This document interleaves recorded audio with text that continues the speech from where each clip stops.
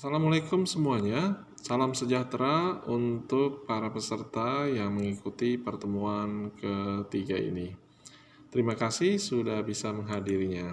Semoga Anda dalam keadaan baik-baik dan sehat-sehat di tempat masing-masing. Nah, pada pertemuan ketiga ini saya akan membahas tentang bentuk-bentuk komunikasi bisnis. Materinya sudah Anda terima bukan? Di situ tersedia modul dan beberapa dokumen yang bisa Anda pergunakan untuk proses pembelajaran mandiri oleh setiap peserta. Nah, bagaimana sih pentingnya komunikasi bisnis tersebut? Di setiap perusahaan yang terdiri atas sejumlah orang, Anda bisa melihat mereka saling berinteraksi dan saling bergantung satu sama lain. Nah, interaksi dan ketergantungan tersebut memerlukan koordinasi dan selanjutnya koordinasi tersebut memerlukan komunikasi. Interaksi terjadi di antara pimpinan organisasi dan pimpinan organisasi dengan karyawan dan karyawan dengan audien maupun stakeholder ya, biasanya disebut di luar organisasi juga. Karena itu dalam setiap organisasi terjadi proses komunikasi dalam berbagai bentuk dan pola. Di slide PPT yang Anda terima, Anda akan melihat berbagai jenis komunikasi sesuai ruang lingkupnya.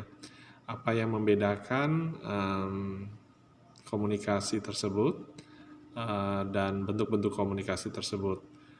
Komunikasi internal maupun eksternal bisa saja terjadi di dalam suatu perusahaan dan dapat berlangsung melalui saluran formal maupun informal.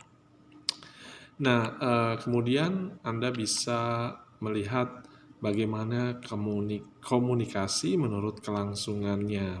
Ya, ada yang komunikasi langsung dan ada komunikasi yang disampaikan secara tidak langsung. Lalu beberapa komunikasi yang bentuknya formal, ya ada aliran ke arah bawah, di mana sering disebut aliran ini, jenis ini disebut top down, ya. Ada jenis aliran komunikasi yang ke arah atas atau bottom up, di mana komunikasi itu dilangsungkan atau digunakan dari bawah ke atas. Lalu komunikasi formal yang lainnya disebut aliran horizontal, ya. Masing-masing arus komunikasi tersebut mempunyai perbedaan fungsi yang sangat tegas. Anda bisa saksikan di dalam jaringan komunikasi formal dalam organisasi tersebut pada modul yang Anda telah terima, ya.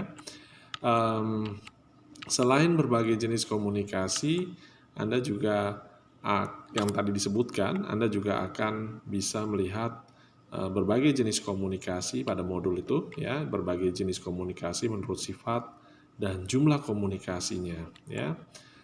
Apa sih sebenarnya tujuan komunikasi antar pribadi dan mengapa harus dilakukan di dalam organisasi, ya. Di dalam modul yang Anda terima itu juga dibahas mengenai komunikasi lintas budaya, ya. Bagaimana budaya itu bisa mempengaruhi semua hal tentang komunikasi, termasuk bahasa yang disampaikan, sinyal-sinyal nonverbal, dan arti dari kata-kata yang disampaikan. Di dalam komunikasi lintas budaya ini juga dibahas mengenai isu-isu mengenai waktu dan tempat, serta aturan-aturan tentang hubungan manusia. Nah, yang terakhir itu Anda akan melihat bentuk komunikasi secara visual dan juga ada komunikasi yang dilakukan secara audiovisual.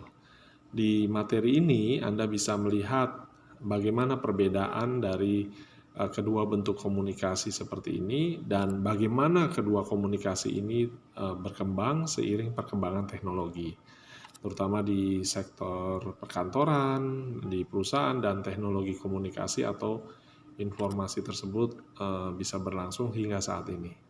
Demikian materi ini telah saya sampaikan. Semoga modul dan forum diskusi nanti ya bisa Anda pergunakan untuk membahas hal-hal yang bisa atau Anda tidak ketahui. Terima kasih. Wassalamualaikum warahmatullahi wabarakatuh. Sampai jumpa di pertemuan selanjutnya.